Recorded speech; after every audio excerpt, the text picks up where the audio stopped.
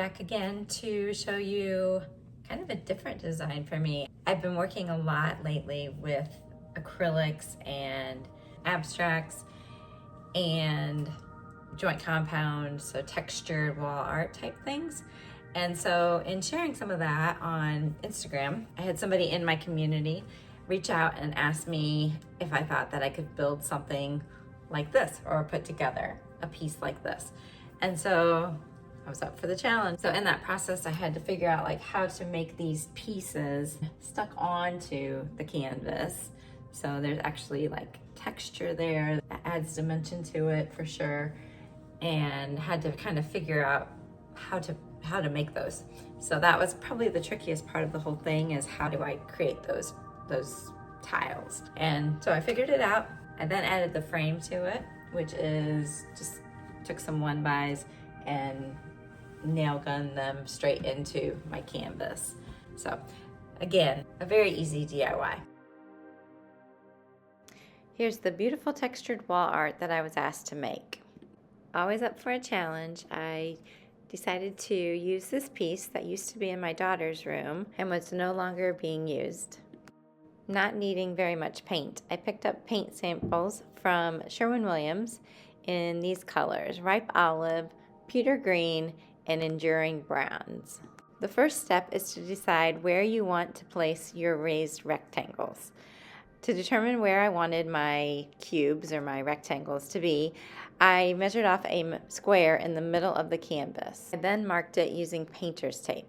If you're wanting to make your square the same size as mine, my canvas is 25 by 25, and I marked off a space of 16 by 16. Now you're ready to make your clay rectangles. I used air dry clay for this, and I molded rectangles to fit inside my painter's tape square. I chose to place 7 tiles across, and I just kind of varied them in size. Just for reference, my biggest tile was 2 inches long and 3/4 inches wide, and my smallest tile is 1 inch long and 3/4 inches wide.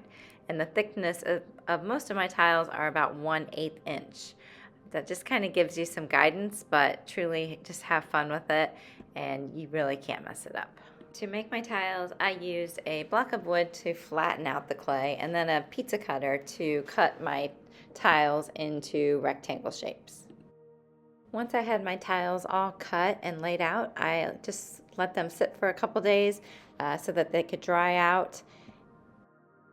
Once your clay tiles are dried out, you can go ahead and put those off to the side, put them in a bowl, and let them sit for a little bit.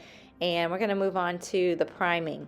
So we're going to go ahead and paint primer, 2 coats, onto our canvas, or if you don't have primer, you can use white paint. Once the primer is dry, we're going to move on to the fun part of this project. We're going to lime wash. Lime wash is actually very easy, so don't let the name scare you away. What we're going to do first is we're going to go ahead and divide our paint tray into 2 sections. I simply cut and stacked some cardboard strips to create a divider down the middle of my paint tray, and then I attached them to my tray using painter's tape. I then poured my Sherwin-Williams ripe olive paint on one side of the divider and my pewter green paint on the other side of the divider. Once you have your paint colors in the tray and your paintbrush is ready, you're going to also need a bowl of water. Okay, and now we're finally ready to paint. We're going to dip our paintbrush in the bowl of water and then dab it on a paper towel or the side of the bowl. You should have very little water on your brush. And then you're going to go ahead and dip half of your paintbrush in the left side paint, and then the other half of your paintbrush in the right side paint. You should now have one paint color on the left side of your brush and the other paint color on the right side of your brush. Apply the paintbrush to the canvas, creating X's as you paint. And you're going to start at the top and work your way to the bottom of the canvas, painting X's as you go. When the paint on your brush becomes too thin, just go ahead and dip your brush in the water, dab it on the napkin, and dip half the brush in each paint color again, just like we did before.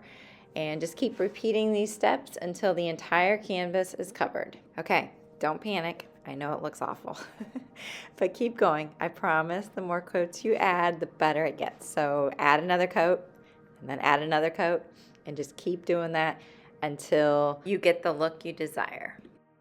As a side note, be sure to let the canvas dry between each coat.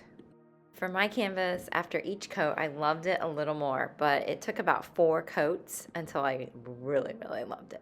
To add even more depth and a little bit of contrast, I went ahead and dry brushed Sherwin-Williams Enduring Bronze sparingly across the canvas.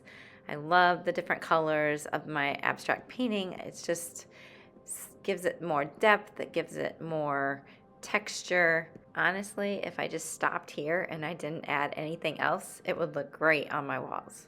But I kept going and I added the clay tiles next. I went back and forth on what color to paint my tiles. In the beginning, I thought I wanted them to stand out more, so I painted them a contrasting color. In the end, I really didn't care for the contrasting look, so I went ahead and went with a monochromatic look, and I was in love. That was what I was looking for. After painting all of the tiles pewter green, I laid them out how I wanted them, and my last step was finally to attach the tiles. I didn't have any other glue on hand except for wood glue, so that was my only option. So I went ahead and used that, and I applied a thin layer of glue to each tile and placed it in its spot. And actually, the wood glue worked perfectly. Once the glue was dry, which took about 2 to 3 hours, I was ready to hang my beautiful DIY textured wall art. Why spend so much money on artwork from the big designer stores when you can actually just create your own DIY blank canvas on an old canvas that needs a change? I hope you found this tutorial to be helpful and that you'll hit that like button and subscribe for more great content.